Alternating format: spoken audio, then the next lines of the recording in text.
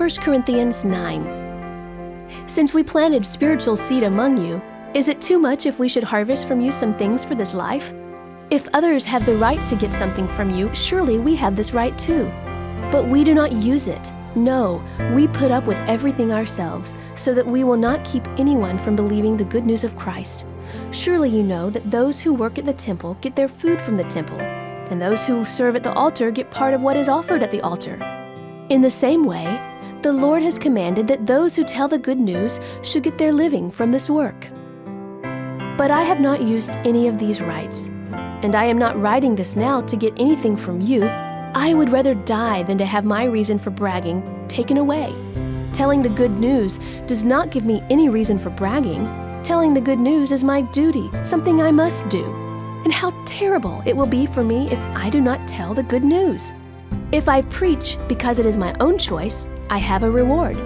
But if I preach and it is not my choice to do so, I am only doing the duty that was given to me. So what reward do I get? This is my reward, that when I tell the good news, I can offer it freely.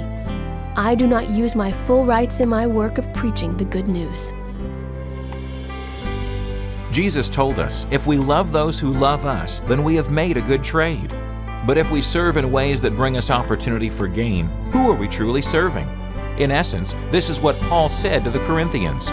He could have expected financial support from the various churches he served in his travels. As one biblical saying goes, a workman is worthy of his hire.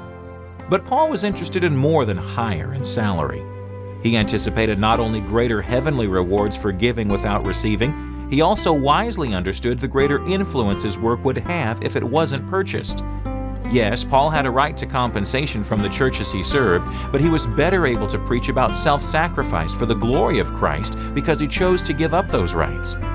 Paul was, no doubt, paid fairly for his work as a tent maker, so the idea here isn't about shortchanging one's personal means of support. Think about it this way. It's about making the most of the sacrifices we're sometimes called to endure in order to follow and serve Christ. We can try continually to minimize our losses, or we can entrust our lives and the fruitfulness of our work for Christ to Him. The more our service is a gift of worship to Jesus, the more fruitful He makes our service.